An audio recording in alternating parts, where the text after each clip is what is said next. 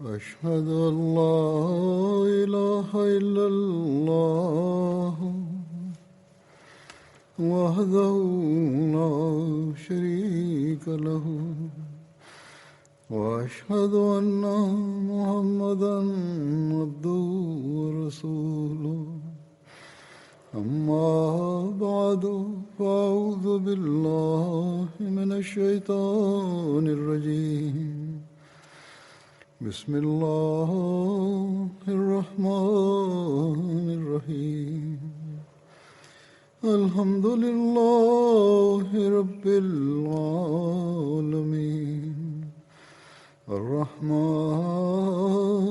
الرحيم مالك يوم الدين إياك نعبد وإياك نستعين اهدنا الصراط المستقيم صراط الذين أنعمت عليهم غير المغضوب عليهم ولا الضالين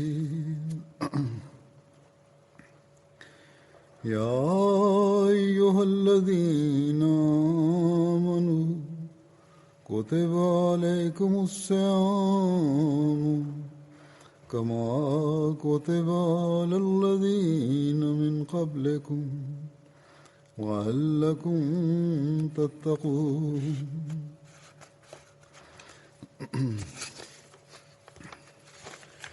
أيام معدودات فمن كان منكم مريضا وعلى سفر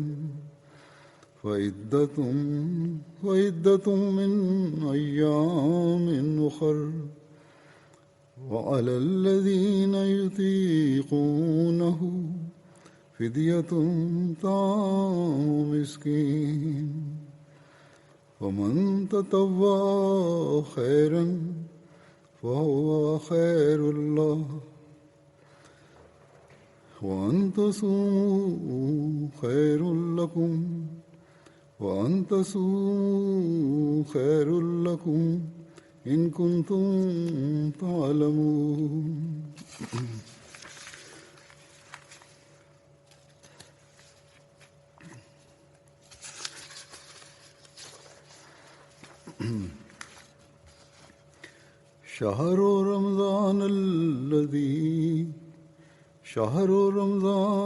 شهر رمضان الذي أنزل فيه القرآن هدى للناس وبينات من الهدى والفرقان فمن شهد منكم الشهر فليصم ومن كان مريضا على سفر فعدة من أيام أخر يريد الله بكم اليسر ولا يريد بكم العسر ولتكملوا العدة ولتكبروا الله على ما هداكم ولعلكم تشكرون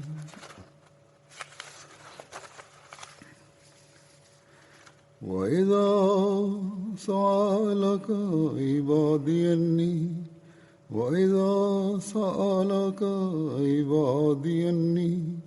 فإني قريب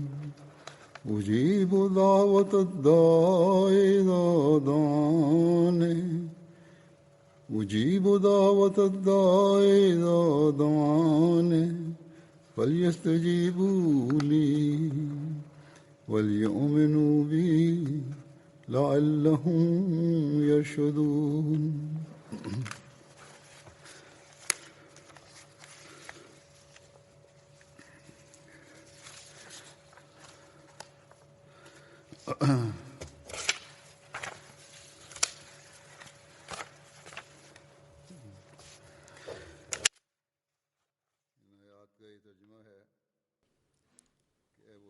Terjemahan dari ayat-ayat tadi adalah sebagai berikut. Hai orang-orang yang beriman, diwajibkan atasmu berpuasa, sebagaimana telah diwajibkan atas orang-orang sebelummu, supaya kamu terpelihara dari segala keburukan, yaitu beberapa hari yang telah ditentukan bilangannya. Maka barang siapa di antara kamu sakit atau dalam perjalanan, maka hendaklah ia berpuasa sebanyak itu pada hari-hari lain. Dan bagi orang-orang yang tidak sanggup berpuasa, hendaklah membayar fidyah, yaitu memberi makan seorang miskin. Dan barang siapa berbuat kebaikan dengan rela hati, maka hal itu lebih baik baginya. Dan berpuasa itu lebih baik bagimu jika kamu mengetahui. Bulan Ramadan adalah bulan yang di dalamnya Al-Quran diturunkan sebagai petunjuk bagi manusia dan keterangan-keterangan yang nyata mengenai petunjuk dan furqan. Maka barang siapa di antaramu hadir pada bulan ini, hendaklah ia berpuasa di dalamnya. Tetapi barang siapa sakit atau dalam perjalanan, maka berpuasalah sebanyak bilangan itu pada hari-hari lain. Allah menghendaki kemudahan bagimu, dan Dia tidak menghendaki kesukaran bagimu. Dia menghendaki supaya kamu menyempurnakan bilangan itu, dan supaya kamu mengagungkan Allah, karena Dia telah memberi petunjuk kepadamu, dan supaya kamu bersyukur. Dan apabila hamba-hambaku bertanya kepada engkau tentang aku, maka katakanlah sesungguhnya aku dekat. Aku mengabulkan doa-doa orang yang berdoa apabila ia berdoa kepadaku. Karena itu, hendaklah mereka menyambut seruanku dan beriman kepadaku, supaya mereka mendapat petunjuk.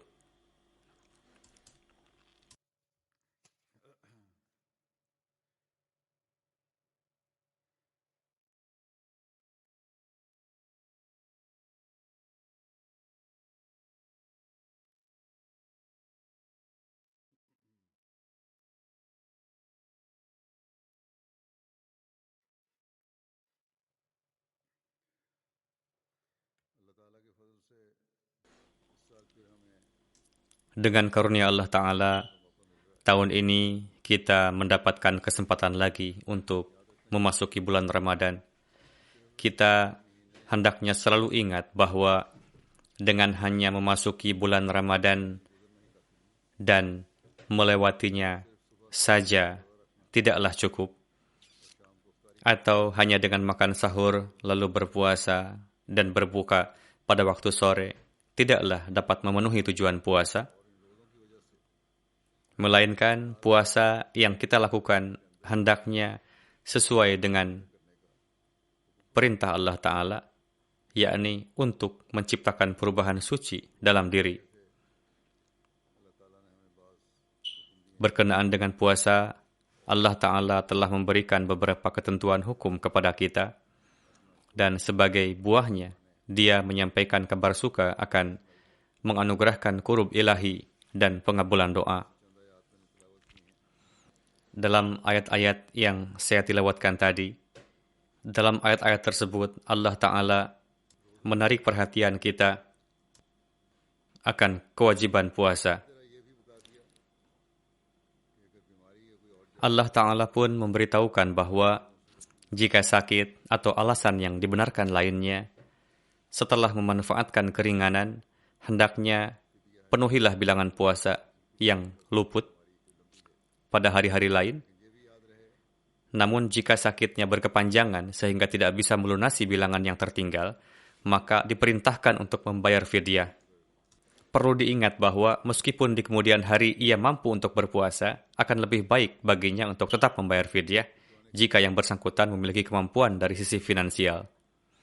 Selanjutnya, berkenaan dengan keutamaan dan turunnya Al-Quran, diberitahukan kepada kita bahwa Al-Quran merupakan hidayah bagi kita yang dengan membaca dan mengamalkannya dapat menjadi sarana bagi kita untuk keteguhan dalam iman dan juga menjadi sarana untuk menjalin hubungan dengan Allah Ta'ala dan dapat memahami ajaran yang Allah berikan. Allah Ta'ala juga telah memberikan kabar suka kepada kita dengan menyatakan, "Wahai Nabi, katakanlah kepada hamba-hambaku, bahwa aku dekat. Aku mendengar doa-doa dan mengabulkannya. Berkenaan dengan Ramadan, Rasulullah bahkan bersabda bahwa Allah Ta'ala turun ke langit bagian bawah, yakni Allah Ta'ala mendengar banyak sekali doa-doa hambanya. Allah Ta'ala berfirman, jika kamu ingin aku mendengar doa-doa kalian, maka kamu pun harus mengikuti perintahku. Apapun yang aku perintahkan, harus mengamalkannya. Dan tidak hanya di bulan Ramadan, bahkan kalian harus menjadikan kebaikan-kebaikan itu sebagai bagian dari kehidupan untuk selama-lamanya. Dan kita harus meneguhkan keimanan. Alhasil, untuk keterkabulan doa pun terdapat beberapa syarat. Jika kita menata doa-doa kita sesuai dengan syarat tersebut, maka kita akan mendapat Allah Ta'ala. Kita akan mendapati Allah Ta'ala di dekat kita dan mendengarkan doa-doa kita. Hari ini saya akan sampaikan topik doa dengan mengutip beberapa sabda Hadrat Masih Maud alaihissalam. Begitu juga keutamaannya sejauh berkenaan dengan perbaikan kondisi amalan, apa saja pengabulan doa, juga falsafah dan kedalamannya, seperti yang beliau sabdakan. Saya akan sampaikan sebagiannya.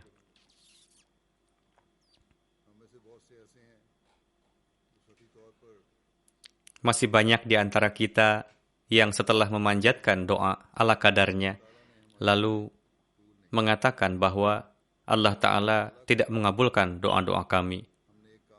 Dengan kata lain, seolah-olah Allah Ta'ala harus menuruti apa yang kita katakan, yakni, nauzubillah, seolah-olah Allah Ta'ala terikat dengan perintah kita,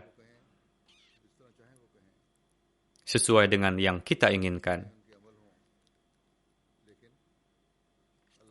Allah Ta'ala telah menyatakan secara jelas bahwa itu tidak akan terjadi yang seperti itu. Pertama-tama, kalian harus mematuhi perintahku dan menyelaraskan amalan sesuai dengan ajaran Al-Quran.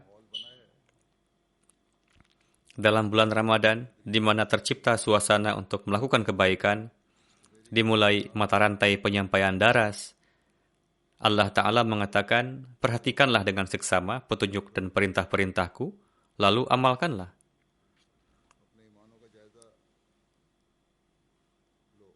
Evaluasilah keimanan kalian. Seberapa teguh keimanan kalian? Apakah keimanan kalian akan goyah ketika ditimpa masalah atau ketika menghadapi cobaan? Alhasil, ini merupakan topik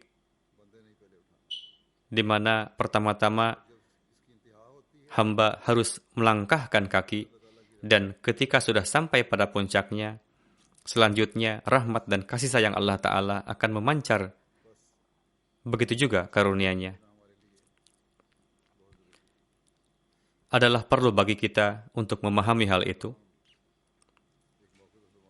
Dalam satu kesempatan, Hadrat Masih Maud alaihissalam bersabda, doa merupakan kebanggaan yang istimewa bagi Islam, dan umat muslim sangat bangga akan hal ini. Namun, perlu diingat bahwa doa bukanlah nama dari ucapan lisan belaka, melainkan hati dipenuhi oleh rasa takut kepada Allah Ta'ala. Ruh orang yang memanjatkan doa mengalir layaknya air, lalu jatuh ke singgasana ilahi. Kemudian, ia memohon daya, kekuatan, dan ampunan dari Allah Ta'ala untuk menghilangkan segala kelemahan dan kealpaannya. Dan ini merupakan suatu kondisi yang dalam istilah lain dapat disebut dengan maut. Apabila keadaan seperti ini hadir, maka yakinlah bahwa pintu keterkabulan doa terbuka untuknya. Dan ia dianugerahkan dengan kekuatan, karunia, dan kesanggupan yang khas untuk terhindar dari keburukan-keburukan dan teguh dalam kebaikan-kebaikan. Inilah jalan yang unggul dan paling ampuh. Walhasil, inilah metode doa dan jalan untuk meraih kedekatan Allah Ta'ala, cara untuk meraih pengabulan doa, dan cara untuk meraih kesucian dari dosa. Dewasa ini kerap timbul pertanyaan, bagaimana kita mengetahui bahwa dosa kita telah diampuni dan Allah Ta'ala telah meridhoi kita? Di sini Hadrat Masih Maud alaihissalam pun telah menjelaskan satu hal mendasar, yaitu apabila hubungan hakiki dengan Allah Ta'ala yang merupakan hubungan langgeng dan yang untuknya insan itu telah berupaya secara hakiki, itu tegak, maka baginya adalah suatu karunia Allah Ta'ala di mana Dia menganugerahinya kesanggupan untuk terhindar dari keburukan-keburukan. Tidak hanya agar insan terhindar dari keburukan-keburukan, ia bahkan dianugerahi kekuatan untuk menjalankan kebaikan-kebaikan yang langgeng. Jika tidak demikian, maka tidaklah insan dapat mengatakan bahwa ia telah meraih kedekatan dengan Allah Ta'ala. Jadi, insan akan dapat menjadi hamba hakiki tatkala ia berfikir ke arahnya dan melakukan upaya sesuai dengannya. Dan di bulan Ramadan ini pun, kita hendaknya berupaya untuknya. Mengenai doa, sebagaimana saya telah sampaikan, saya akan sampaikan beberapa sabda Hadrat Masih Maud alaihissalam ke hadapan Anda sekalian. Pada satu kesempatan, Hadrat Masih Maud alaihissalam bersabda berkenaan dengan pengabulan doa. Beliau bersabda, pada hakikatnya, pengabulan doa adalah satu cabang dari pembahasan tentang doa. Dan merupakan hal yang lazim bahwa orang yang tidak memahami dasar sesuatu, ia akan mendapati kerumitan dalam memahami cabangnya dan akan mengalami kesalahan. Untuk memahami sesuatu, perlu untuk memahami pondasinya. Jika ia tidak kunjung memahami hal yang mendasar, maka betapapun banyak penjabaran, tafsiran, dan penjelasan tentangnya, ia tidak akan dapat memahaminya. Beliau bersabda, hakikat doa adalah adanya satu hubungan mujazibah, yaitu hubungan tarik-menarik antara sesosok hamba suci dengan Rabb-nya. Yakni, pertama, sifat rahmaniyat Allah Ta'ala menarik hamba ke arahnya, lalu segenap daya upaya hakiki dari seorang hamba menjadikan Allah Ta'ala dekat dengannya. Jika semua daya upaya dari hamba itu adalah dengan kebenaran dan ketulusan hati, maka Allah Ta'ala akan menjadi dekat dengan hamba tersebut. Dan dalam keadaan doa, hubungannya itu akan sampai pada suatu kedudukan khas, di mana ia menampakkan sifat-sifat mukjizatnya. Berbagai corak keadaan yang luar biasa menjadi muncul. Seorang hamba tatkala ia terjepit dalam suatu kesulitan besar, lalu dengan penuh keyakinan, penuh pengharapan, penuh kecintaan, penuh kesetiaan, dan kesabaran, tunduk ke hadapan Allah Ta'ala. Dan dengan kesadaran sempurna, ia merobek tabir kelalaian, dan ia berupaya terus maju dalam medan kefanaan, maka apakah selanjutnya yang ia saksikan? Yaitu singgasana ketuhanan yang tiada lagi sekutu baginya. Maka saat itulah ruhnya sampai pada singgasananya itu. Di saat itu baginya hanya Tuhan dan Tuhanlah yang nampak, dan segala sesuatu menjadi gaib dalam pandangannya, yaitu duniawi. Dunia tak lagi memiliki kedudukan di hadapannya. Segala sesuatu menjadi tak bermakna baginya, dan hanya Tuhanlah yang ada. Jadi, akan timbul keadaan seperti ini, yaitu ketika ia melihat Tuhan, lalu ruhnya pun rebah pada singgasananya, dan daya untuk menarik yang terdapat dalam dirinya itu menarik karunia-karunia Allah Ta'ala ke arahnya. Di dalam diri seorang hamba pun terletak suatu daya untuk menarik, di mana ia pun mulai menarik karunia-karunia Allah Ta'ala itu. Maka pada saat itulah Allah Ta'ala yang Maha Kuasa pun mengarahkan wujudnya dan memasukkan pengaruh doa itu ke dalam segenap sarana-sarana lahiriah. Apapun sarana-sarana mendasar yang penting untuk jalannya pekerjaan itu, segala sesuatu yang diperlukan, segala kelaziman yang diperlukan, Allah Ta'ala memasukkan pengaruhnya itu ke dalamnya. Yang dengannya lahirlah sarana-sarana yang diperlukan untuk meraih tujuan itu. Contohnya, apabila ia berdoa supaya diturunkan hujan, maka setelah pengabulan doanya, yaitu dari pengaruh doanya itu, maka diciptakanlah sarana-sarana alamiah yang diperlukan untuk turunnya hujan. Dan jika ia mendoakan buruk agar diturunkan musim paceklik, maka wujud yang maha kuasa pun melahirkan sarana-sarana yang berlawanan dengan itu. Kemudian bersabda, sedemikian banyaknya ribuan mukjizat para nabi yang telah tampak atau segenap karomah dan hal-hal luar biasa yang terus diperlihatkan oleh para wali hingga saat ini, asal dan sumbernya adalah doa. Dan kebanyakan pengaruh doa-doa itulah yang terus memperlihatkan berbagai macam pemandangan kodrat ilahi yang luar biasa. Al-Quran Syarif pun penuh dengan nubuatan-nubuatan yang tak terhingga. Selain itu, kita menyaksikan bahwa di zaman Hadrat Masih Maud alaihissalam pun banyak nubuatan-nubuatan yang telah sempurna. Banyak orang suci yang mendapatkan mimpi-mimpi suci yang kemudian menjadi benar karena pengaruh dari doa-doa. Jadi, semua hal ini adalah terjadi tatkala seorang hamba dengan segenap ketulusan tunduk di hadapan Allah Ta'ala. Lalu Hadrat Masih Maud alaihissalam lebih lanjut bersabda, Allah Ta'ala berfirman, وَالَّذِينَ جَاهَدُوا فِينَا لَنَهْدِيَنَّهُمْ سُبُلَنَا. Yakni siapa saja yang berusaha bermujahadah di jalan kami, yang berjuang di jalan kami, maka kami akan memperlihatkan jalan kami untuknya. Di sini, usaha menjadi tugas pertama bagi manusia. Engkau atau manusia harus berusaha. Ini merupakan suatu janji. Dan di sini ada doa yaitu ihdinas siratal mustaqim. Jadi Allah Ta'ala telah berjanji, berjuanglah, maka aku akan memperlihatkan jalanku. Dan di sini sisi lain, dia pun mengajarkan doa ihdinas siratal mustaqim, yaitu berikan kami petunjuk ke jalan yang lurus. Jadi hendaknya seorang insan memperhatikan bahwa di dalam salat ia harus berdoa dengan perih dan merintih, dan memohon agar ia termasuk ke dalam orang-orang yang telah meraih kemajuan dan penglihatan rohani. Dan jangan sampai ia diangkat dari dunia ini dalam keadaan buta dan tanpa penglihatan rohani.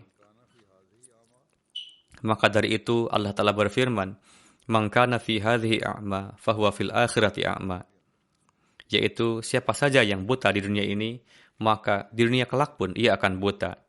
Ia yang buta secara rohani, yaitu ia yang telah tenggelam di dalam keduniaan, dan ia telah tidak mengenal Allah Ta'ala, tidak mengetahui hikmah dari doa-doa, tidak mengetahui adanya pengaruh dari doa-doa, dan ia telah tenggelam dalam dunia, maka di dunia kelak pun ia tidak akan sanggup meraih kedekatan Allah Ta'ala.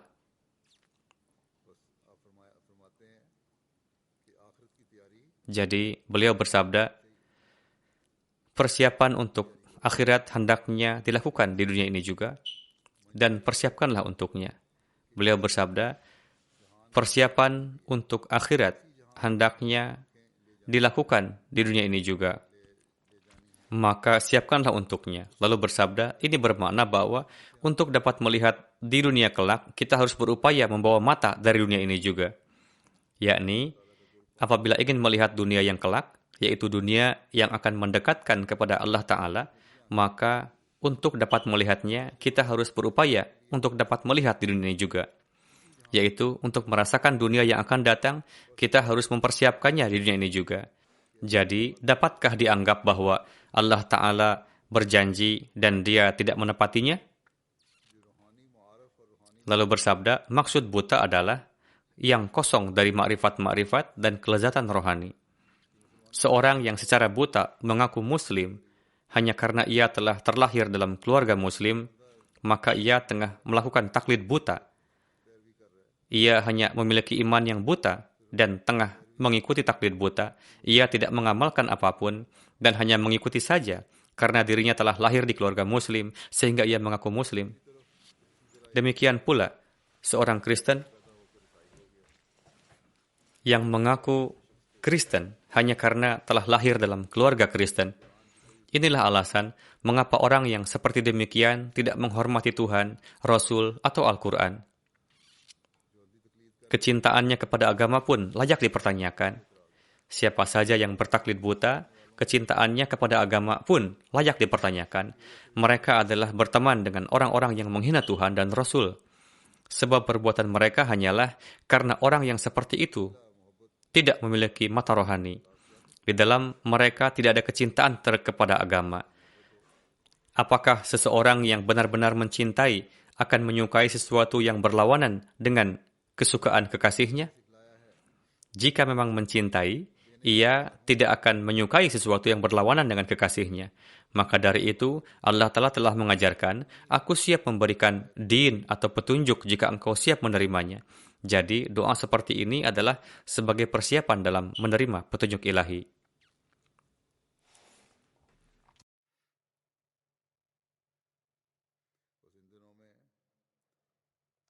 Walhasil, pada hari-hari ini, perbanyaklah doa ihdinas siratal mustaqim, yaitu, ya Allah, bimbinglah kami ke jalan yang lurus, bersihkanlah kalbu, dan jadilah hamba yang hakiki, dan jadilah juga orang-orang yang memenuhi hak para hamba Allah Ta'ala, bukan seperti yang tengah dilakukan para ekstremis dewasa ini, di mana mereka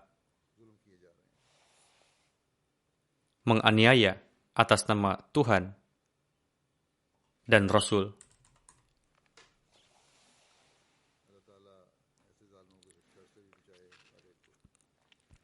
Semoga Allah Ta'ala menyelamatkan setiap kita juga dari kejahatan mereka yang aniaya seperti itu. Ada sebagian orang yang berkata bahwa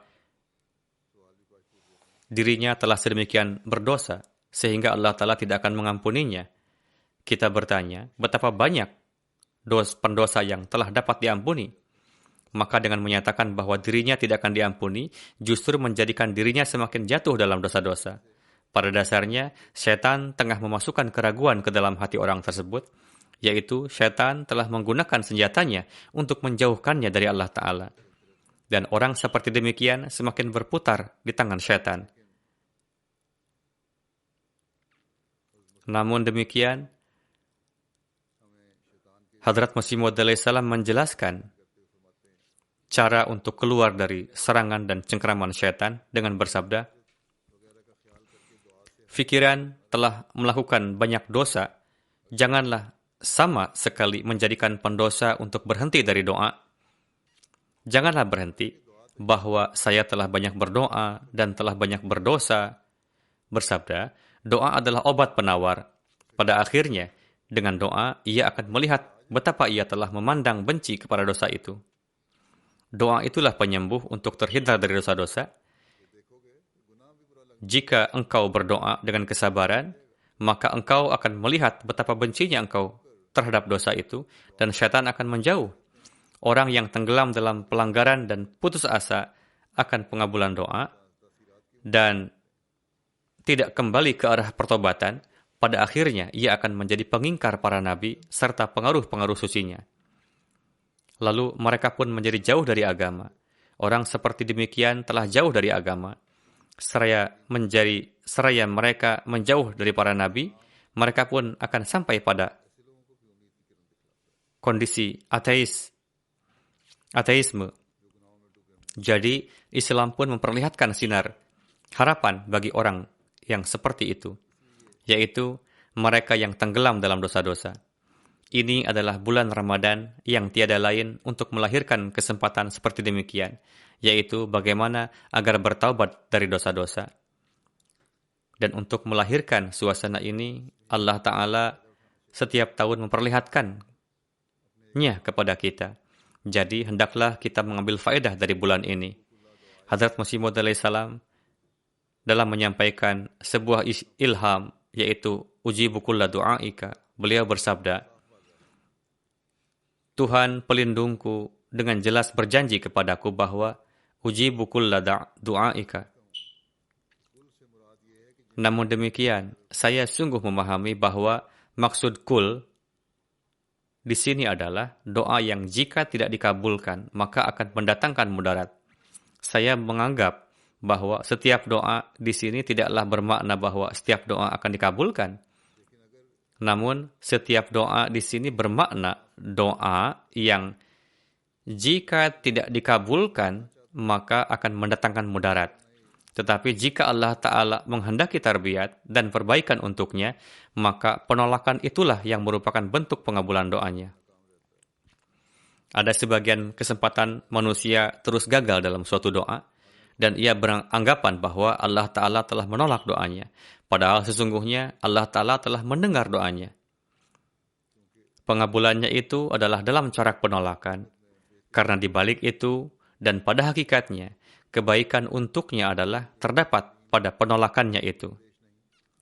Karena insan berpandangan terbatas dan tak mampu memandang jauh dan bahkan menyukai hal lahiriah, maka hendaknya tatkala ia memanjatkan doa kepada Allah Ta'ala dan secara zahir hal yang diinginkannya tidak terwujud, janganlah ia menjadi berburuk sangka kepada Tuhan bahwa Dia telah mendengarkan doa saya. Sesungguhnya dia adalah mendengarkan doa setiap insan. Dia berfirman, Ud'uni astajib lakum. Rahasianya adalah bahwa kebaikan itu terkadang terletak pada tertolaknya doa. Yakni kebaikan itu untuk pendoa itu terletak pada penolakan doanya itu. Kemudian dalam menjelaskan semakin jauh perkara ini, beliau bersabda, asas doa adalah Allah Ta'ala tidaklah mengikuti kehendak dan keinginan kita dalam mengabulkan doa. Lihatlah betapa seorang anak dicintai oleh ibunya, dan ia menghendaki agar tidak ada suatu kesusahan apapun yang menimpa anaknya. Namun apabila anak itu dengan tidak pada tempatnya bersikeras akan sesuatu, dan ia meminta pisau tajam dari ibunya, meminta kilatan api, atau percikan bara api, maka apakah ibu yang meskipun memiliki kecintaan dan belas kasih hakiki kepadanya akan tega untuk membiarkannya menyentuh bara api yang akan membakarnya itu? Atau membiarkannya melukai tangannya dengan pisau yang tajam itu? Sama sekali tidak. Dengan asas inilah kita dapat memahami asas pengabulan doa. Beliau bersabda, saya sendiri memiliki pengalaman akan hal itu, yaitu ketika di dalam doa ada satu bagiannya yang memudaratkan, maka doa itu sama sekali tidak akan terkabul. Ini bukanlah berarti semua doa saya telah terkabul. Allah Ta'ala lebih mengetahui. Dia mengetahui yang gaib tatkala di dalam doa tersebut terdapat hal yang memudaratkan dan merugikan, maka doa saya itu tidak akan dikabulkan. Beliau bersabda, hal ini sungguh dapat difahami bahwa ilmu pengetahuan kita tidaklah sungguh benar dan pasti. Banyak pekerjaan di mana kita menjalankannya dengan sangat senang dan menganggapnya berberkat, dan dalam pikiran kita hasilnya pun kita anggap akan sangat berberkat, namun pada akhirnya hasilnya adalah kesedihan dan musibah yang menimpa. Banyak contoh-contohnya yang dewasa ini pun kita menyaksikannya. Setiap hari dalam surat-surat yang saya terima, saya melihat orang-orang menuliskan surat untuk memohon doa. Lalu mereka berpikir untuk memaksa melakukan pekerjaan itu, dan mereka pun berupaya untuknya. Namun pada akhirnya tidaklah berhasil baik. Lalu ia beranggapan buruk kepada Allah Ta'ala bahwa kami telah banyak berdoa dan banyak bersedekah dan telah memulai pekerjaan ini, namun demikian ini tidaklah berhasil baik. Atau hal ini yaitu doa kami tidaklah dikabulkan. Hal yang pertama adalah bahwa hal ini pun hendaknya dilihat, yaitu apakah hal-hal yang menjadikan doa itu terkabul telah terpenuhi. Apakah hubungan dengan Allah Ta'ala itu telah terjalin? Karena jika tidak, maka itu hanyalah sekedar mengumpulkan kata-kata saja, yaitu seperti yang Hadrat Masih Maud alaihissalam telah sabdakan. Sementara itu, jika ia telah memanjatkan doa hingga batasnya, lalu Allah Ta'ala tetap menolak doanya, atau tujuannya tidak tercapai, maka inilah hikmah dari Allah Ta'ala. Dan disinilah letak faedah untuk manusia. Lalu apabila karena kesalahannya ia tetap bersikeras, maka alih-alih manusia berburuk sangka kepada Allah Ta'ala, hendaknya ia beristighfar dan mengakui kesalahannya, yaitu ia bersikeras dalam hal yang bukan haknya. Ada juga sebagian orang yang telah berdoa dan memohon agar Allah Ta'ala mengabulkannya, lalu berkata, jika tidak baik, maka tetap kabulkanlah ia. Hal ini kerap terjadi juga dalam sebagian hubungan pernikahan, perjodohan. Allah Ta'ala telah mendengar doanya, pernikahannya pun telah terjadi sebagaimana keinginannya. Namun beberapa masa kemudian mereka pun berpisah, bercerai. Maka doa seperti ini pun sebaiknya jangan dilakukan.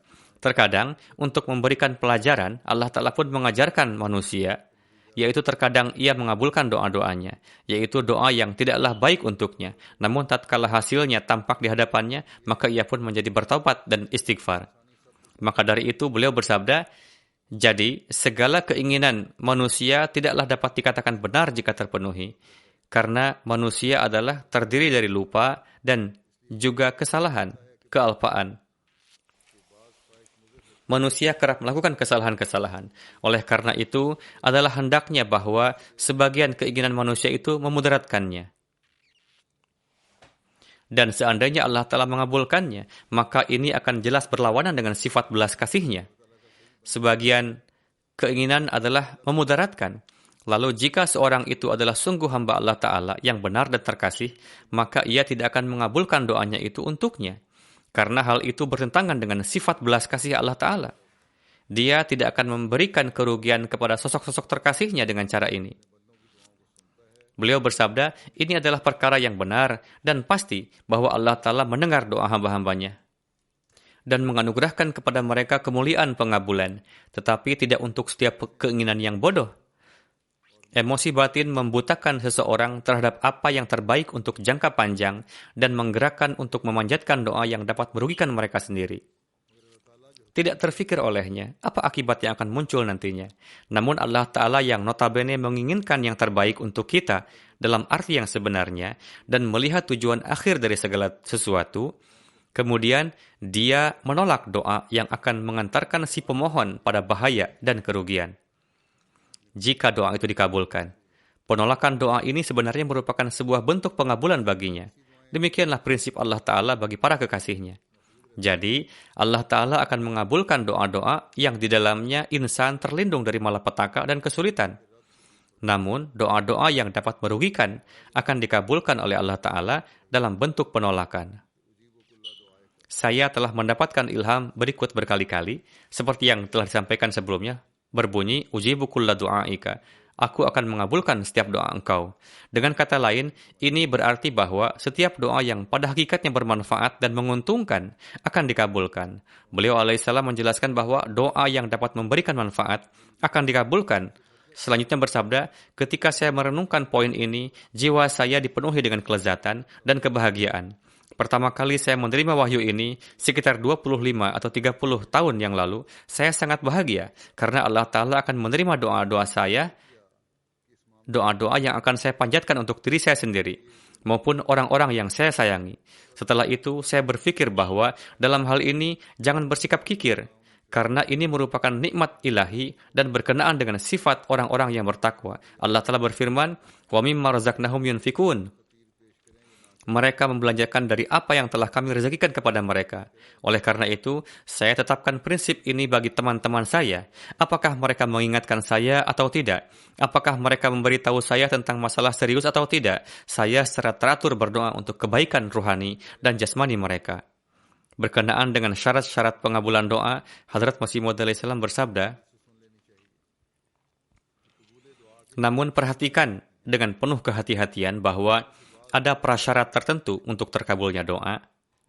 Beberapa di antaranya berhubungan dengan orang yang berdoa, dan sebagian lainnya berhubungan dengan orang yang untuknya doa dipanjatkan. Adalah perlu bagi orang yang meminta orang lain untuk mendoakannya, agar pertama-tama mereka takut kepada Allah Ta'ala. Ini adalah poin yang sangat penting, yang orang yang menyampaikan permohonan doa adalah penting baginya untuk senantiasa memiliki rasa takut kepada Allah Ta'ala. Dan harus tetap kagum pada keberadaan Tuhan, karena Dia adalah wujud yang tidak bergantung kepada sesuatu. Mereka harus menjalin hubungan damai dan jadikanlah beribadah kepada Tuhan sebagai sebuah kebiasaan kalian. Ini merupakan poin yang sangat penting, yakni jadikanlah hubungan damai dan ibadah kepada Tuhan sebagai suatu ciri khas. Mereka harus menyenangkan Allah Ta'ala dengan kebenaran dan ketakwaan. Jika demikian, pintu pengabulan doa akan dibuka untuknya. Jika muncul keadaan demikian, jika syarat-syarat tersebut dipenuhi, maka Allah Ta'ala akan membukakan pintu pengabulan doa. Jika seseorang tidak menyenangkan Allah Ta'ala, berarti ia merusak hubungan dan menyulut peperangan dengannya. Ia tidak mengamalkan hukum-hukumnya dan tidak memenuhi hak-hak Allah Ta'ala dan hambanya. Kenakalan dan perbuatan jahatnya akan menjadi gunung penghalang bagi terkabulnya doa. Akan menjadi dinding penghalang layaknya bukit. Akibatnya, pintu pengabulan doa akan tertutup baginya. Doanya sendiri tidak dikabul.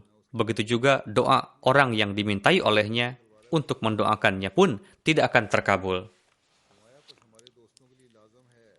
Karenanya, teman-teman harus menyelamatkan doa-doa kami agar tidak sia-sia.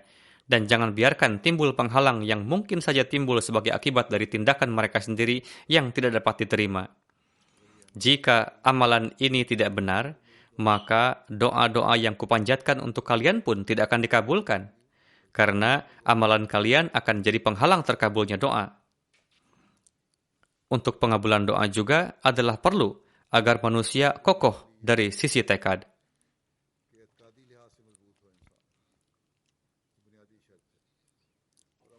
Yakni keyakinan. Ini merupakan syarat mendasar. Telah disebutkan juga sebelumnya perihal amalan saleh, sebagaimana Allah telah berfirman, taatlah pada perintahku, berikanlah respon positif atas perintahku, dan amalkanlah. Ini merupakan hal yang prinsipil yang perlu untuk pengabulan doa. Dalam menjelaskan hal ini, Hazrat Masih Maud SAW bersabda,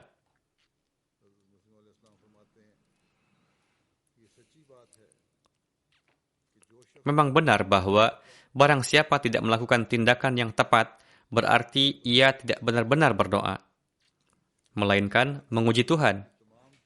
Jadi, sebelum memanjatkan doa adalah perlu untuk memaksimalkan segenap kekuatan, dan inilah arti dari doa. Pertama, wajib bagi seseorang untuk menganalisis keyakinan dan tindakan mereka sendiri, karena merupakan kebiasaan Allah Ta'ala untuk melakukan reformasi melalui penggunaan cara.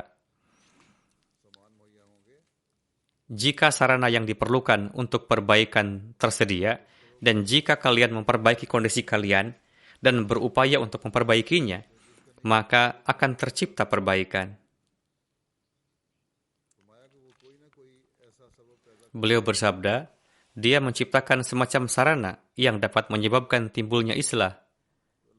Jika doa dipanjatkan dengan benar, maka Allah Ta'ala akan memberikan sarana yang akan menimbulkan perbaikan. Pada tempat berikut, ini perlu untuk mendapatkan perenungan yang khas. Orang-orang yang mengatakan bahwa jika ada doa, lantas apa perlunya sarana? Apakah orang-orang bodoh seperti itu tidak menyadari bahwa doa itu sendiri merupakan sarana yang halus? Kalimat, Iyyaka na'budu, hanya kepada engkau kami menyembah, diletakkan sebelum doa Iyyaka nasta'in, yang artinya hanya kepada engkau kami memohon pertolongan, memberikan penjelasan yang khas akan hal itu.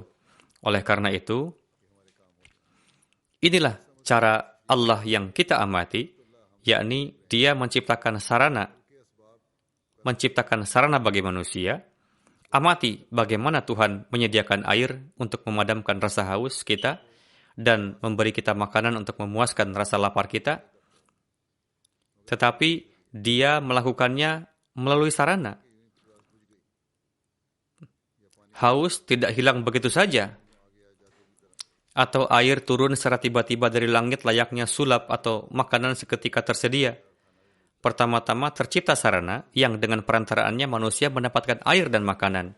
Seperti itulah mata rantai sarana dan penciptaan sarana pasti terjadi karena Allah Ta'ala memiliki dua nama. Allah yang Maha Kuasa menyatakan, Kanallahu azizan hakima. Berdasarkan namanya, Aziz, yakni yang perkasa, Tuhan melakukan apapun yang dibutuhkan. Adapun nama Hakim, yang artinya bijaksana, menunjukkan bahwa setiap tindakannya dilakukan dengan kebijaksanaan dan dilakukan dengan baik dan memadai sesuai dengan waktu dan tempat. Perhatikan saja bagaimana tanaman dan benda mati memiliki sifat yang beragam. Bahkan tolah dan 2 turpetum, yakni jenis tanaman, sudah cukup untuk membersihkan isi perut. Begitu pula halnya dengan scamonia. Allah Ta'ala memiliki kuasa untuk membersihkan isi perut seseorang tanpa penggunaan obat apapun. atau untuk menghilangkan dahaga tanpa air. Bisa saja Allah Ta'ala menghilangkan rasa dahaga tanpa air, tapi itu perlu bagi umat manusia untuk mempelajari keajaiban alam. Sejauh mana keluasan seseorang dalam pengetahuan tentang keajaiban alam, maka sebesar itu pula lah manusia meningkat dalam pemahaman mereka tentang sifat-sifat Allah Ta'ala. Dan ini memungkinkan seseorang untuk mencapai kedekatan dengan Tuhan.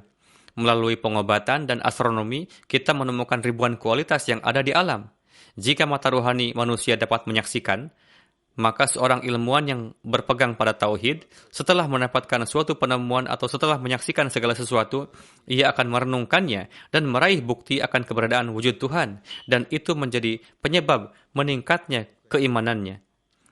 Namun, seorang ateis mengatakan bahwa semua itu terjadi secara kebetulan dan proses alami. Beliau bersabda bahwa keajaiban-keajaiban kudrat ini diperlihatkan oleh Allah Ta'ala bertujuan agar manusia memahami bahwa segala sesuatu memiliki tujuan. Selanjutnya beliau bersabda, mereka harus mengadopsi jalan ketakwaan karena ketakwaanlah yang dapat kita katakan sebagai inti dari syariah. Jika kita ingin menjelaskan syariat secara singkat, maka yang bisa menjadi esensi dari syariat adalah takwa. Ada banyak tingkatan dan tahapan takwa. Namun, jika seorang pencari setia melintasi tingkatan dasar dan tingkatan kesalehan dengan ketabahan dan ketulusan, mereka akhirnya akan mencapai nilai tertinggi disebabkan oleh kebajikan dan keinginan mereka untuk mencari kebenaran. Allah Ta'ala berfirman, Innama yataqabbalallahu minal muttaqin. Artinya, Allah Ta'ala menerima doa orang-orang yang bertakwa. Ini adalah Innama yataqabbalallahu minal muttaqin. Ini adalah janji ilahi, dan Tuhan tidak pernah mengingkari janjinya. Dalam konteks ini, dia berfirman, Innallaha la yukhliful mi'ad. Sesungguhnya Allah tidak mengingkari janjinya. Innallaha la yukhliful mi'ad. Ketakwaan adalah prasyarat yang diperlukan untuk pengabulan doa. Ini merupakan syarat yang tidak bisa dipisahkan darinya, tidak bisa ditinggalkan, dan tidak bisa dikesampingkan. Sekarang, jika seseorang mengharapkan pengabulan doa, namun ia sendiri lalai, tidak menempuh jalan sebagaimana mestinya, bukankah orang seperti itu bodoh dan tidak masuk akal? Untuk itu, merupakan suatu kewajiban bagi jemaat kita untuk sebisa mungkin mengikuti jalan ketakwaan agar mereka dapat meraih kebahagiaan dan kelezatan pengabulan doa dan mengambil bagian dalam peningkatan iman. Allah telah berfirman, berimanlah kepadaku, dengan begitu keimanan akan meningkat. Hadrat Masih Maud salam menjelaskan perihal jenis-jenis rahim sebagai berikut. Perlu diingat bahwa ada dua bentuk rahim atau kemurahan hati. Pertama, ada keagungan, yakni rahmaniyat, dan kedua, belas kasihan, yakni rahimiyat. Rahmat ilahi rahmaniyat adalah apa yang tersedia, bahkan sebelum kita lahir. Misalnya, sebelum hal lain, melalui wawasan ilmunya yang abadi, Allah Ta'ala menciptakan langit dan bumi dan hal-hal duniawi lainnya dan benda-benda langit yang semuanya akan memberikan manfaat bagi kehidupan manusia. Dan manusialah yang pada umumnya mengambil manfaat. Begitu pula kambing, domba, dan hewan lain itu sendiri bermanfaat bagi manusia. Manfaat apa yang manusia peroleh? Semua hal ini diciptakan untuk kemaslahatan umat manusia. Manfaat apa yang akan mereka dapatkan, yakni hewan-hewan itu dapatkan? Di antara hal-hal yang bersifat fisik, amati saja bagaimana manusia mengkonsumsi banyak bentuk makanan yang sangat baik dan istimewa. Daging yang berkualitas tinggi disediakan untuk manusia, sedangkan sisa dan tulang dilemparkan untuk anjing. Secara jasmani, kesenangan dan kenyamanan itu dialami oleh manusia dan juga hewan, tapi hak istimewa dan keutamaan diberikan kepada umat manusia. Namun hewan tidak mengambil bagian dalam kelezatan rohani, karena kelezatan rohani hanya diperuntukkan bagi manusia saja. Hewan tidak diberikan bagian di dalamnya. Karenanya, ada dua bentuk kemurahan hati. Pertama, apa yang dihasilkan sejak zaman paling awal, bahkan sebelum keberadaan kita, pada penciptaan elemen dan materi, dan yang terikat untuk melayani kita. Semua hal-hal ini hadir bahkan sebelum keberadaan kita sendiri. Keinginan atau doa manusia berdasarkan tuntutan rahmaniyat. Semua benda ini lahir berkat sifat rahmaniyat Allah Ta'ala.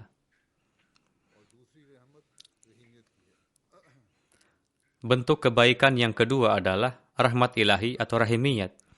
Artinya, jika kita berdoa, Allah Ta'ala menganugerahkan. Jika seseorang merenungkan, akan diketahui bahwa hubungan yang mendasari hukum alam selalunya berkaitan erat dengan doa. Beberapa orang menganggap doa sebagai bid'ah. Namun, saya juga ingin menjelaskan tentang hubungan doa kita dengan Allah Ta'ala. Ketika seorang anak menjadi gelisah karena lapar, lalu merengek, menangis, meminta susu, maka serta-merta payudara seorang ibu akan mulai terisi dengan susu. Padahal, seorang anak tidak mengetahui konsep tentang doa, tetapi bagaimana tangisan seorang anak dapat menarik keluarnya air susu ibu. Setiap orang berpengalaman dalam hal ini, di mana terkadang diketahui bahwa seorang ibu tidak merasakan susu di dadanya, tetapi segera setelah anaknya menangis, susu mulai mengalir keluar. Sekarang, apakah jeritan kita di hadapan Allah Ta'ala tidak menghasilkan apa-apa?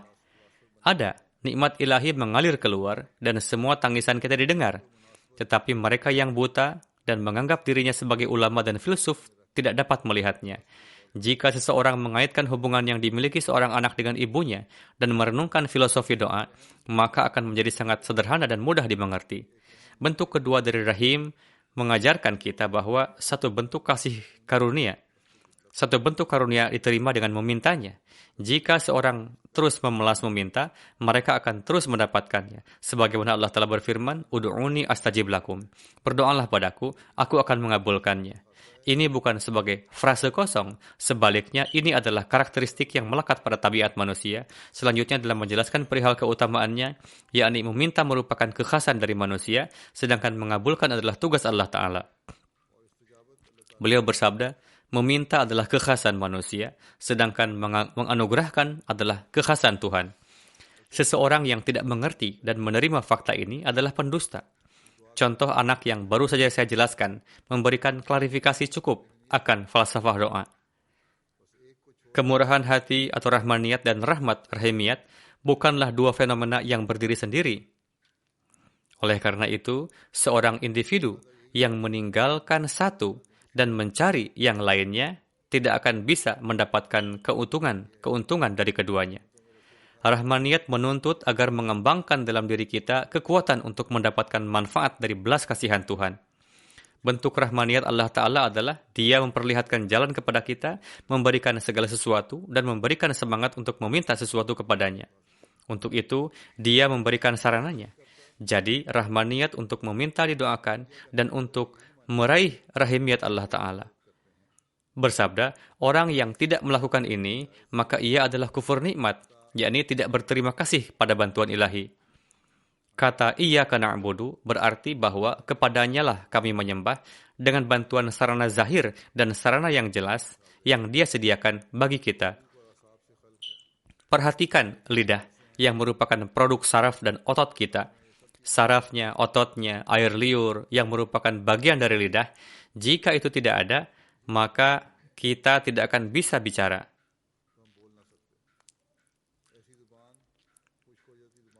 Jika lidah kering, maka manusia tidak akan dapat bicara. Ada saraf, otot, dan setiap saat basah, dengan begitu manusia dapat menggerakkan lidah. Kita diberi lidah untuk berdoa, memiliki kemampuan untuk mengekspresikan perasaan hati kita. Jika kita tidak pernah memanfaatkan lidah kita untuk berdoa, itu adalah kemalangan kita sendiri. Ada banyak penyakit yang jika mengena pada lidah, dapat seketika menghilangkan kemampuannya untuk berfungsi, hingga dapat menyebabkan kebisuan.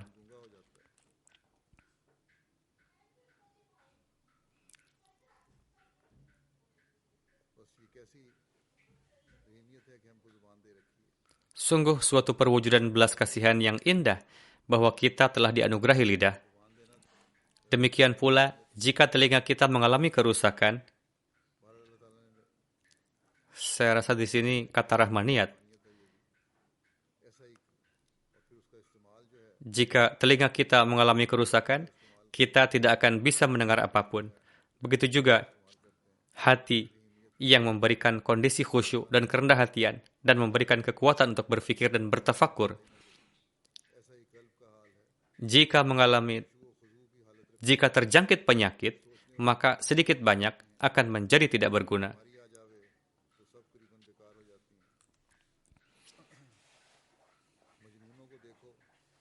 Amati saja orang gila, bagaimana potensi mereka menjadi sia-sia. Bukankah kemudian menjadi kewajiban kita untuk menghargai nikmat anugerah Tuhan ini? Jika kita tinggalkan kemampuan-kemampuan yang dianugerahkan oleh Allah Ta'ala kepada kita dengan limpahan karunia-Nya, maka tidak diragukan lagi. Berarti kita tidak tahu berterima kasih atas nikmat Tuhan. Oleh karena itu, ingatlah bahwa jika Anda berdoa dengan membiarkan kemampuan dan kekuatan Anda menganggur, maka doa seperti itu tidak akan ada gunanya. Ketika kita tidak memanfaatkan anugerah yang telah diberikan kepada kita, bagaimana kita bisa diharapkan dapat memanfaatkan orang lain dengan baik dan memberikan faedah? Dengan memberikan permisalan ini, beliau alaihissalam menjelaskan kepada kita untuk menghargai nikmat-nikmat yang telah Allah Ta'ala anugerahkan kepada kita. Manfaatkanlah itu dengan sebaik-baiknya. Jika itu digunakan untuk memohon dengan benar kepada Allah Ta'ala, maka seorang hamba dapat dinyatakan memenuhi kewajibannya secara hakiki, dapat mensyukuri nikmat-nikmat yang Allah berikan.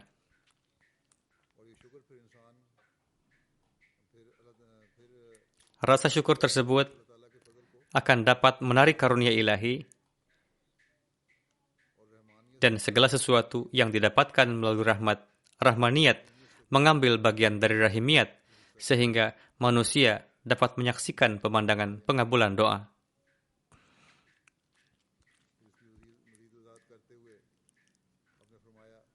Dalam menjelaskan lebih lanjut, beliau alaihissalam bersabda, oleh karena itu, kata iyyaka na'budu menyatakan bahwa, ya Tuhan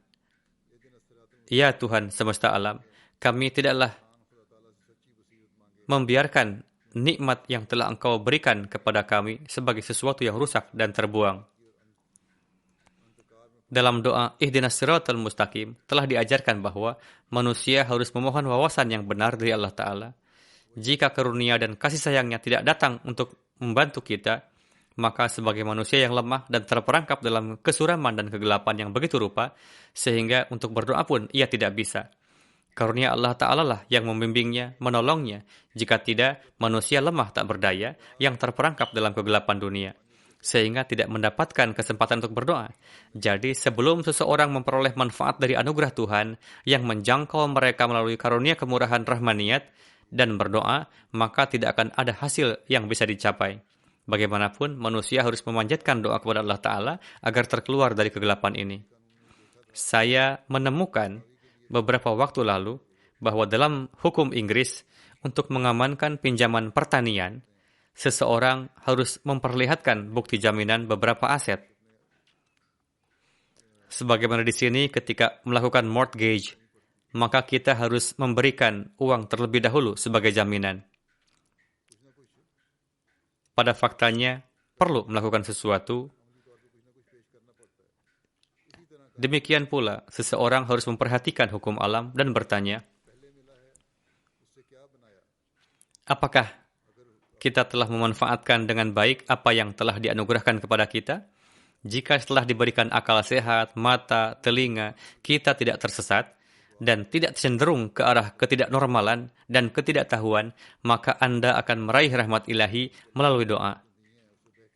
Jika seseorang mendapatkan segala nikmat yang Allah berikan kemudian ia tidak tersesat, lalu jika berdoa, maka rahmat ilahi akan terus meningkat. Jika tidak, akan tetap mahrum dan tidak beruntung. Kita harus berusaha untuk banyak merenungkannya. Selanjutnya, beliau alaihissalam bersabda,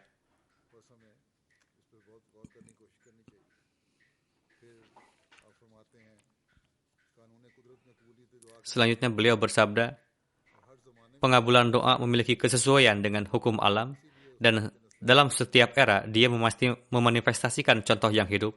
Untuk itulah Tuhan mengajarkan kita doa, ihdinas siratal mustaqim siratal ladzina an'amta alaihim. Ini adalah kehendak dan hukum Tuhan yang tidak dapat diubah oleh siapapun. Dari doa ihdinas siratal mustaqim dapat diketahui bahwa kami memohon kepada Tuhan untuk menyempurnakan dan memenuhi amalan kita. Dengan merenungkan kata-kata ini, diketahui bahwa meskipun pada zahirnya ayat ini memerintahkan kita untuk menggunakan kata-kata ini untuk memohon agar kita dibimbing ke jalan yang benar.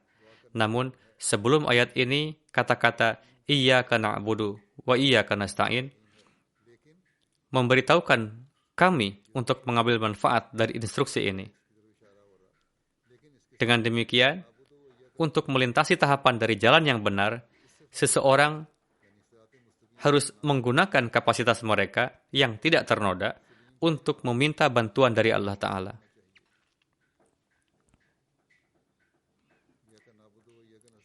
Iyyaka na'budu wa iyyaka nasta'in memberitahukan bahwa jika ingin meraih siratal mustaqim, manfaatkan kapasitas yang Allah Ta'ala berikan kepada kalian untuk memohon bantuan kepada Allah Ta'ala agar dapat melangkah di atas siratal mustaqim. Jadi, menghargai sarana zahir adalah perlu. Barang siapa meninggalkannya, maka ia mengingkari nikmat ilahi. Untuk melakukan kebaikan pun harus meminta bantuan dari Allah Ta'ala. Dia memberikan kepada kita lidah untuk berdoa yang dapat mengartikulasikan perasaan dan keinginan kita, hati kita. Demikian pula, Tuhan telah tanamkan di dalam hati sifat kerendahan hati dan kelembutan, dan telah menanamkannya dengan daya pemikiran dan tafakkur. Oleh karena itu, ingatlah bahwa jika kita mengabaikan kekuatan dan kemampuan ini dalam doa, maka doa seperti itu tidak akan bermanfaat atau efektif. Karena ketika seseorang tidak menggunakan nikmat yang sudah diberikan pada mereka, manfaat apa yang akan mereka peroleh dari orang lain? Inilah mengapa kata-kata iyyaka na'budu diletakkan lebih dulu dari ihdinas siratal mustaqim. Mengungkapkan bahwa kami tidak meninggalkan dan menyia-nyiakan hadiah dan kemampuan yang telah diberikan kepada kita dari Allah Ta'ala. Ingatlah, kualitas yang khas rahmaniyat adalah memberikan kemampuan untuk mendapatkan manfaat rahmat belas kasihan. Dalam konteks ini, Tuhan menyatakan, Ud'uni astajib lakum. Ini bukan sekedar lisan belaka. Pada kenyataannya, martabat manusia menuntutnya. Meminta merupakan kekhasan manusia, sedangkan menganugerahkan merupakan kekhasan Allah Ta'ala. Seseorang yang tidak menerima ini tidak adil, yakni barang siapa tidak terus berupaya untuk meminta kepada Tuhan adalah insan yang tidak adil. Doa adalah keadaan yang sangat membahagiakan. Sayangnya, saya bingung menemukan kata-kata yang dapat menggambarkan sepenuhnya kegembiraan dan kesenangan ini di hadapan dunia. Ini hanya bisa difahami jika seseorang mengalaminya sendiri. Singkatnya, di antara syarat-syarat lazim doa, pertama-tama adalah wajib bagi seseorang untuk beramal dan menimbulkan keyakinan. Karena jika seseorang tidak memperbaiki keyakinannya dan tidak beramal saleh, lalu berdoa, seolah-olah ia menguji Allah Ta'ala. Jadi faktanya adalah bahwa dalam doa ihdinas siratal mustaqim, tujuannya adalah untuk mohonlah supaya Tuhan menyempurnakan dan memenuhi amalan kita. Kemudian dengan kata-kata siratal ladzina an'amta alaihim, menjadi lebih jelas lagi bahwa kami memohon bimbingan untuk dapat melangkah di atas jalan orang-orang yang telah Tuhan berkati, dan kami memohon kepada Tuhan untuk menyelamatkan kami dari jalan orang-orang yang dimurkai dan yang disebabkan oleh perbuatan buruk mereka. Mereka mendapatkan azab Tuhan. Selanjutnya, kata ad-dhalin menunjukkan bahwa kita telah diajarkan untuk berdoa supaya kita dilindungi agar tidak tersesat, karena tanpa dukungan Tuhan, kita akan terus tersesat. Berdasarkan ini, perlu bagi kita untuk merenungkan dan berdoa seperti itu ketika membaca surah Al-Fatihah. Dalam menjelaskan lebih lanjut berkenaan dengan perlunya menghargai sarana ketika berdoa, beliau bersabda, dengarlah, doa yang dimaksud dalam ayat ini adalah Ud'uni astajib lakum, untuk menuntut semangat yang tulus. Jika dalam tadaru dan kekhusyuan itu tidak terdapat semangat yang tulus, maka doa itu tidak lebih dari ocehan belaka. Adakah yang bisa mengatakan bahwa penggunaan sarana tidak diperlukan? Ini adalah kesalahpahaman. Syariah tidak melarang penggunaan sarana, dan jika ada yang bertanya, apakah doa juga bukan merupakan sarana? Atau tidak identik dengan doa? pencarian sarana itu sendiri adalah doa. Dan doa itu sendiri adalah sumber sarana yang luar biasa. Bentuk fisik manusia yaitu dua tangan, dua kaki mereka secara alami membimbing dan mengarahkan kita untuk memahami bahwa kita telah diciptakan untuk saling membantu satu sama lain. Jika pemandangan ini dapat diamati pada manusia sendiri, lantas betapa mencengangkan dan mengejutkannya jika seseorang merasa sulit untuk memahami maksud dari ayat berikut. Wa ta'awanu 'alal birri wat taqwa. Dan saling tolong-menolong dalam kebaikan adalah dan takwa. Sungguh, saya menyatakan bahwa Anda harus mencari sarana melalui doa. Di dalam konteks menolong sesama, saya tidak akan mengharapkan Anda untuk menolak kesimpulan saya ketika saya menunjukkan sistem internal yang diciptakan oleh Allah Ta'ala yang ada di tubuh fisik Anda dan yang berfungsi untuk panduan dan yang sempurna dalam hal ini. Untuk menjelaskan dan menegaskan lebih lanjut fakta ini kepada umat manusia, Allah Ta'ala telah menegakkan sistem satu mata rantai kenabian di dunia ini. Allah Ta'ala Maha Kuasa dari dulu hingga saat ini, yakni jika Dia menghendaki, Dia akan mengkondisikan para nabi tanpa perlu bantuan dalam bentuk apapun dalam tugas mereka. Namun meskipun demikian, tiba saatnya suatu ketika mereka tidak punya pilihan selain menyatakan, Man ansari ilallah, siapa yang akan menolongku di jalan Allah Ta'ala? Apakah para nabi melakukan itu seperti seorang pengemis yang pergi dari rumah ke rumah untuk mengumpulkan sisa-sisa roti? Tidak, bahkan dalam kata-kata siapa yang akan menolongku di jalan Allah Ta'ala terdapat keagungan dan rahmat. Faktanya, melalui pengumuman ini, para nabi ingin mengajar orang-orang pentingnya menghargai sarana yang merupakan aspek dari doa. Padahal mereka memiliki keimanan dan keyakinan penuh dan sempurna atas janjinya Allah Ta'ala. Mereka mengetahui bahwa janji Allah Ta'ala yang berbunyi, Inna lanansur rusulana walladzina amanu fil hayatid dunya. Pasti kami akan menolong para utusan kami dan orang-orang yang beriman dalam kehidupan dunia. Saya percaya bahwa jika Tuhan tidak menggerakkan hati seseorang untuk membantu orang lain, bagaimana mungkin ada yang termotivasi untuk melakukannya? Jadi, para nabi pun memerlukan sarana, namun mereka tunduk di hadapan Allah Ta'ala. Kemudian Allah Ta'ala sendirilah yang menyediakan sarana untuk mereka.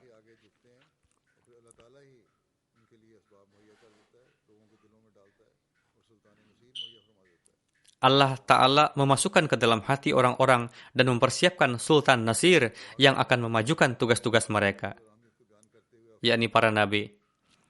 Dalam menjelaskan tujuan dan keutamaan salat, beliau bersabda, maksud dan inti sebenarnya dari salat adalah doa, dan berdoa adalah fenomena yang sesuai dengan hukum alam yang ditetapkan oleh Allah Ta'ala. Anda mungkin sering mengamati ketika seorang anak menangis dan merengek dan mengekspresikan kecemasan. Seorang ibu menjadi sangat gelisah lalu menyusuinya. Hubungan antara ketuhanan atau uluhiyat dan penghambaan atau ubudiyat pun pada dasarnya serupa dan tidak dapat dipahami oleh semua orang. Saat seseorang tersungkur jatuh di pintu gerbang Allah Ta'ala dengan segala kerendahan hati, yang khusyuk dan tadaru, dan menyampaikan keadaannya di hadapan Tuhan, dan menyampaikan kebutuhannya kepadanya, maka kasih sayang yang melekat dalam keilahian bergejolak, dan menunjukkan belas kasihan pada orang seperti itu. Susu kemurahan dan anugerah Tuhan pun membutuhkan air mata. Untuk itu kita harus mempersembahkan mata yang mengalirkan air mata. Sebagian orang beranggapan bahwa tidak ada gunanya menangis dan meratap di hadapan Allah Ta'ala. Pandangan seperti ini sama sekali keliru dan batil. Orang seperti itu tidak percaya akan keberadaan dan sifat-sifat dan kudrat dan kendali Allah Ta'ala.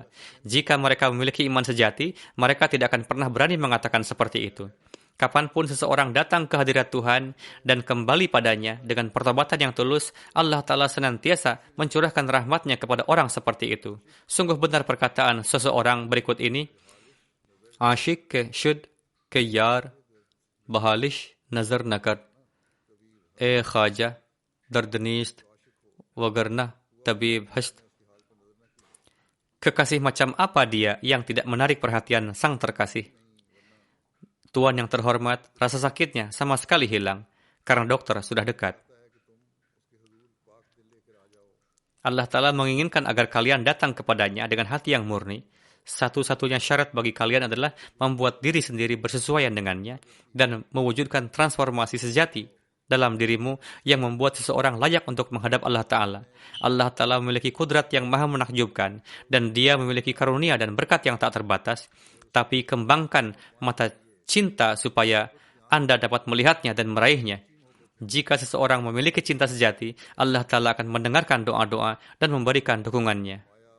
Beliau alaihissalam bersabda, dalam menjelaskan definisi mukmin, Allah Ta'ala berfirman, يذكرون الله قياما وقعودا وعلى جنوبهم ويتفكرون في خلق السماوات والأرض ربنا ما خلقت هذا باطلا, yaitu orang-orang yang selalu mengingat Allah Ta'ala sambil berdiri, duduk, dan berbaring atas rusuk mereka. Dan mereka merenungkan tentang penciptaan seluruh langit dan bumi, seraya berkata, wahai Tuhan kami, tidaklah Engkau menciptakan semua ini sia-sia.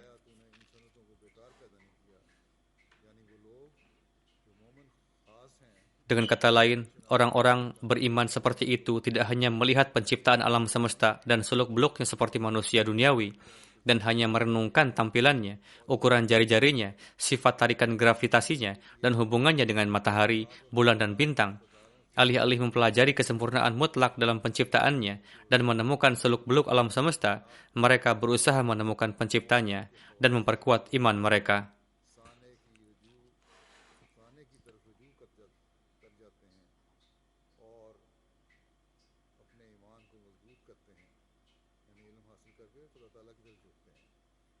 Yakni dengan kata lain, setelah memperoleh ilmu, mereka bersujud di hadapan Allah Ta'ala, seperti yang saya sebutkan sebelumnya, dan mereka terus memperkuat keimanannya. Ini adalah kualitas yang menonjol dan berbeda dari seorang mukmin sejati. Itulah beberapa hal yang saya kutip dari khazanah agung yang dianugerahkan oleh Hazrat Masih Maud alaihissalam kepada kita. Melalui tulisan tersebut, kita mendapatkan pencerahan berkenaan dengan keutamaan dan hikmah doa, metode dalam berdoa, dan filosofinya. Jika kita dapat memahaminya, maka kita dapat menciptakan revolusi dalam kehidupan kita, dapat menciptakan kondisi khas dalam jalinan dengan Allah Ta'ala, dapat menyerap karunia ilahi. Dalam bulan Ramadan ini, kita harus berupaya untuk melangkah di atas hukum-hukum tersebut, sehingga dapat meraih kurub ilahi, dapat terus meneguhkan keimanan dan memahami hikmah dan falsafah doa, termasuk ke dalam golongan orang-orang yang menciptakan islah dalam amalan, dan orang-orang yang doa-doanya mendapatkan pengabulan dari Allah Ta'ala.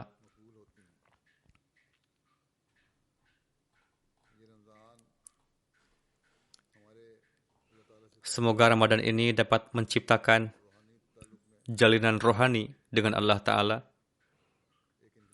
dan revolusi dalam kerohanian kita. Doakanlah juga untuk saudara-saudara kita. Saya sering sampaikan himbauan untuk banyak berdoa, apakah itu untuk para Ahmadi Pakistan, Aljazair, atau dimanapun berada, yang sedang terperangkap dalam kesulitan akibat penentangan terhadap jemaat. Setiap hari ada saja penderitaan yang ditimpakan kepada para Ahmadi di Pakistan. Untuk itu, kita harus mendoakannya secara khusus untuk mereka. Begitu juga untuk para Ahmadi di Aljazair. Mungkin saja mereka memiliki iradah untuk membuka lagi kasus jemaat. Semoga Allah Ta'ala melindungi mereka. Mendoakan orang lain pun dapat menjadi sarana terkabulnya doa-doa kita sendiri. Hendaknya kita ingat selalu poin ini. Bahkan malaikat akan mendoakan orang-orang yang mendoakan orang lain. Dan jika malaikat memanjatkan doa, maka betapa itu merupakan jual beli yang sangat menguntungkan. Kita pun secara khusus harus sebanyak-banyaknya mendoakan orang lain. Jangan dibatasi untuk diri sendiri saja. Semoga Allah telah memberikan taufik kepada kita untuk mengamalkannya, khususnya di bulan Ramadan ini.